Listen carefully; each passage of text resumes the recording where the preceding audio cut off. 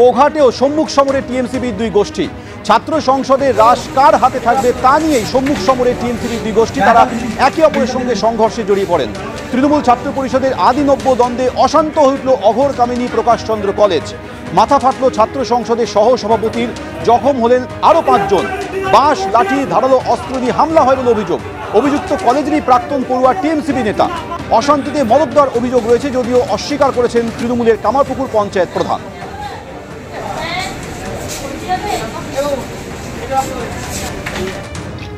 আজকে আমাদের কলেজে অনেকগুলো বহিরাগত ছেলে এসেছিল, তো ওই জন্য আমরা যথারীতি প্রিন্সিপালের কাছে, আমরা স্টুডেন্ট ছাত্র সব ছেলেরা মিলে আমরা প্রিন্সিপালের কাছে গেছিলাম। প্রিন্সিপালকে বলে আমরা নিচে আসছি, এখানে ওরা আমাদেরকে 15-20টা ছেলে মিলে ঘেরাও করে নিয়েছিল।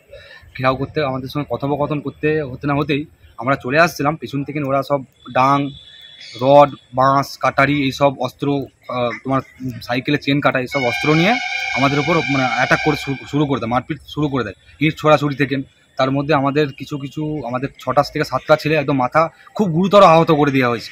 কার নেতৃত্বে হয়েছে দাদা? কার নেতৃত্বে বলতে ওদের পীযুষ বলে একটা ছেলে আছে। পীযুষ কি তৃণমূলই করে? হ্যাঁ, তৃণমূলই করে। পীযুষ তৃণমূলই করে, কিন্তু 32 বছরের ছেলে, একটা বহিরাগত ছেলে।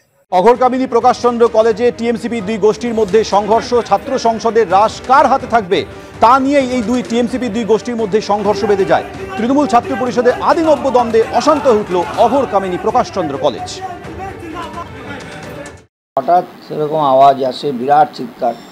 হ্যাঁ, দুটো গোষ্ঠীর ছেলেদের মধ্যে বিরাট গণ্ডগোল, এবং তার মধ্যে দেখছি মারপিট অলরেডি, সব মাথায় ইয়ে করে আর লাঠি নিয়ে ছোটাছুটি করছে। প্রত্যেকে লাঠি এনেছে জানি না, এবং ছোটাছুটি করে বেশ কয়েকটা ছেলের মাথায় দেখলাম মাথা থেকে রক্ত পড়ছে। হ্যাঁ, বহিরাগত ছেলেরা আমার কাছে অভিযোগ করে গেছে 2-3 জন বহিরাগত ছিল। এবার বহিরাগতরা লিড করে, ছেলেরা তো এখনকার ছেলেরাই থাকে তার মধ্যে, তারা লিড করে। 2-3 জন বহিরাগত ছিল। এই যে ছেলেটির কথা উঠছে, একটি ছেলে লিড করেছে যে মারামারির ক্ষেত্রে, তাকেও আমি এই 2-3 দিন আগে বার করে দিয়েছিলাম।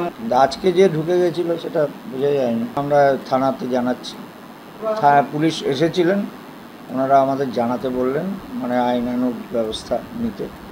অনভিপ্রেত এবং লজ্জাজনক ঘটনা। এটা তৃণমূল কংগ্রেস কোনোভাবে সমর্থন করে না, কোনোভাবে সমর্থনযোগ্য নয়। কাজেই যারা এই ঘটনার সঙ্গে লিপ্ত রয়েছে, যারা এই ঘটনা ঘটিয়েছে, তাদের প্রত্যেকের আইন অনুযায়ী সাজা হোক, শাস্তি হোক, সেটা আমি আশা করব শাস্তি হোক। আর আমার বিরুদ্ধে যদি অভিযোগ থাকে, আপনি নিশ্চিতভাবে জেনে রাখুন আমি অত্যন্ত সচেতনশীলভাবে বলছি। আমি বিডিও অফিসে ছিলাম, তারপর পঞ্চায়েত করছি, ওটা অন্য পঞ্চায়েত।